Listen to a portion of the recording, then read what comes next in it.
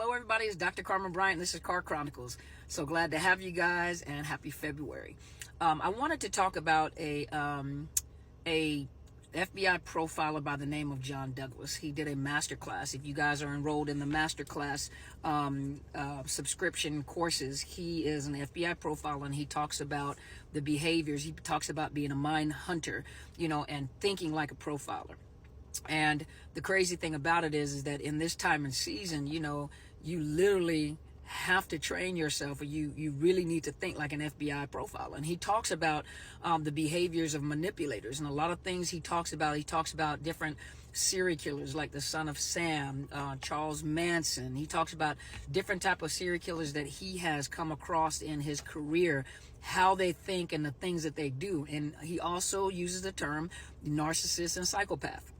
And he says a lot of them are psychopaths and a lot of them are narcissists, so it's like psychopath and narcissist tends to be like, interchangeable in situations like this. I'm not saying that's not a general, statement for all narcissists, but those that have narcissistic personality disorder, they're manipulative. A lot of them are, they're malignant. Now, even though we use the term malignant normally refers to those that also have antisocial personality disorder. But you guys know that a person that has narcissistic personality disorder, 9 times out of 10, they have other traits from the cluster. That's why it calls it cluster B, because they have other traits from the cluster.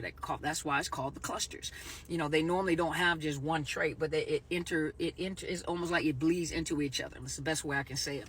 But he talks about the minds of manipulators, and to make you think for a minute like an FBI profile. I wrote some notes too, because I like to share, but he said there's some common traits. Let's put it that way. There's some common traits of manipulators. Number one, and if you apply it to the narcissist that you have met, or people that, you're trying to think, is this person a narcissist? Is this person a manipulator? What type of person are we dealing with? Because all people are not narcissists. Not all people have narcissistic personality disorder. And I told you guys that's just like a thing now. Everybody's a narcissist, which is not true. That's why a lot of people are turned off by, podcasters and social media, because there's some people that are just talking out of experience and they just label everybody as a narcissist.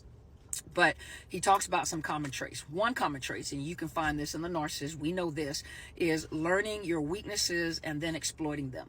A narcissist will, depending on who they're seeking, whether it's people in general, or if they're looking for an individual person, they usually listen, or they look to see what is the weakness. What weaknesses do you have? Are your weaknesses finances? Are your weaknesses, rejection, abandonment? What type of weaknesses does this narcissist see in you? And I've said this before, sometimes when you are hurting, for most people that are hurting really bad, they tend to talk too much. And when you talk too much, you give out too much intel. Think military, think FBI profiler. But you tend to give too much intel, and you give too much intel because you are looking for relief of your pain. And so you talk too much, you tell too much of your business. Well, that narcissist, that individual that has narcissistic personality disorders, psychopaths, they're looking for your weaknesses so they can exploit your weaknesses. That's what they're looking for. Number two, persuading you to give up something important to you to make you more dependent on them. These individuals, to give up your 401k, to give up your finances, to give up your family, they like to isolate. A weak person wants to isolate another person to maintain control, or to get control of them, because everything that comes out of their mouth then becomes law to you. So they exploit people. They exploit your weaknesses. Then they persuade you to give up something that is important to you. Like I said, a lot of you have lost family and friends. A lot of you become isolated. Believe it or not, there are some mothers that have given up their children to be with this mirage. It's not real. It's like the mirage on the cartoons, the mirage of the water, and then the bunny or the cartoon jumps into the water in a sand. They create an illusion to make you drift in that direction, or to entrust them. They tell lies and they tell things in order to win your trust, to make you believe them. You know, they tell you things that you want to hear to tickle your ear, because for most people, they're hurt and they're looking for something to, you know, a coping mechanism. They're looking for something to mute the pain. They don't want to go through the process of healing. You know, a lot of times the process of healing is very difficult as well. They don't want to go through the process of healing and the emotions that go along with separating from a person, but they much rather have a moment of gratification. That's coping mechanism. Drugs and alcohol, you know, chemical dependency, it mutes the pain for a minute because you don't want to feel. And in this generation, I said it in the last video, in this generation, people don't want to process through anything. They want a quick relief really quick.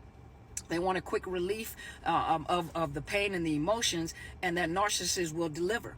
You know, not only will they create problems, they will also put themselves in a position where you have no choice but to depend on me 100% in order to fix those problems for you. So they convince you to give up something, and usually it's almost like a loyalty thing, to be loyal to me, to say that you love me, and it's one of those.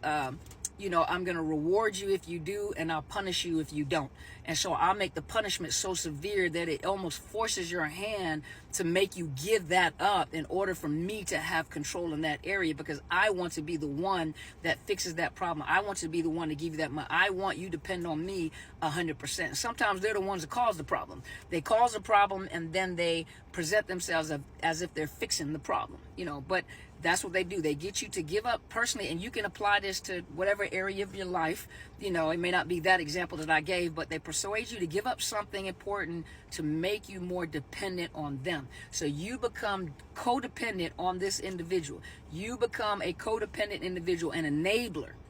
And later on we'll talk about the fight, flight, freeze, or fawn. That fawn, you know, is where you're appeasing their emotions, because you know you forget about your own emotions, and so you depend on yourself being able to appease them, to you know, I don't want to go through this, and you know, I'll just focus on your emotions, and they let you know that you're selfish if you don't.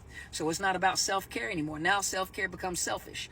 The number 3 is the home court advantage. They bring you out of your comfort zone, out of your safety zone, and place you in places that you are familiar with to have an advantage over you.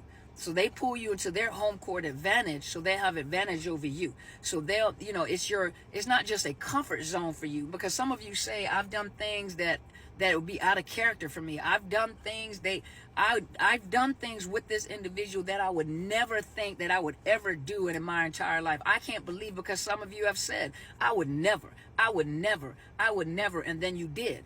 And it shocked you, because it's almost, you know, you look back at it like, I can't believe that I did that. That's so out of character for me. I never thought that I would stoop to this level or do this right here. You know, I never thought that I would do the same things or have done, because they get you in that place where they take you out of your safety net. Like your safety, you know, you have a family support, you have a support system, you have a support network, but they slowly pick away and pull you away from that safety net and pull you into their zone. Because if I can pull you into my zone, I can create my own rules, I can create my own laws, I can create my own world, because they live in their own world. They live in their own fantasy. It's almost like they live in a life of an illusion, and they're delusional. So they create their own world. So whatever is wrong is right, and whatever is right is wrong. And it doesn't matter what people say. I will bully my way into it. I will make you suffer if you don't do what I say. So for most people, they come out of their comfort zone, because now you are addicted to this individual. Now you are trauma bonded to this individual, and you just want them to love you. And we'll talk about that later in other videos. So remember, the 3 things that he let us know, and this is 3 things that's very relevant, especially dealing with a narcissist, is that they manipulate. It's manipulation, domination, control. Manipulation, domination, and control. That is the whole goal of a manipulator. Manipulation, domination. They want to dominate you, and then they want to control you. And this is what he talks about when it comes to a criminal mind. And he deals with a lot of the psychopaths, sociopaths, narcissists, you know, criminal serial killers, you know. But if you think about it, a narcissist has a criminal mind. They may not have ever committed a crime, but they're committing a crime to your soul, to you as a person. They have a criminal mindset and they think like criminals. Think about it.